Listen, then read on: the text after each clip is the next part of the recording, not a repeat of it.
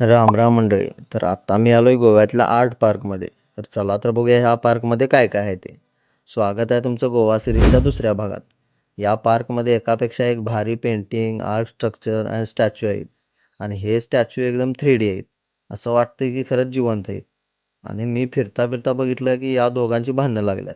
म्हणून मी जरा मध्यस्थी करूच गेलो, तर दुसऱ्या बाजूच्या हत्तीभाऊ आणि मगरांनाची भांडणं चालू झाली. त्यांची भांडणं सोडवून मग लई कंटाळा आला. म्हणून ह्या भजनी मंडळाबरोबर जरा बसून घेऊया म्हटलं. म्हणजे जरा रिलॅक्स वाटतंय.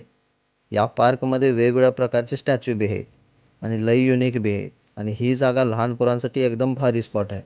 आणि या पार्कमध्ये बसायला पण खूप जागा आहे. तिथं रिकाम्या वेळात तुम्ही मस्त आराम करू शकताय. आणि या पार्कमधलं सगळ्यात मेन अट्रॅक्शन आहे ते सगळ्यात भलं मोठं हे ट्री हाऊस.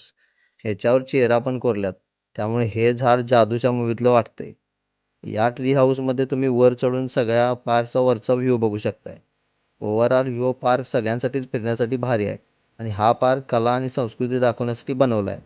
तर गोव्यात आला की नक्की या पार्कला भेट द्या. तर या पार्कचे सगळे डिटेल्स कॅप्शनमध्ये टाकलोय, ते बघा आणि अशाच वेगवेगळ्या ठिकाणाबद्दल जाणून घ्यायला मला फॉलो करा. तर भेटूया पुढच्या भागात. तोपर्यंत धन्यवाद.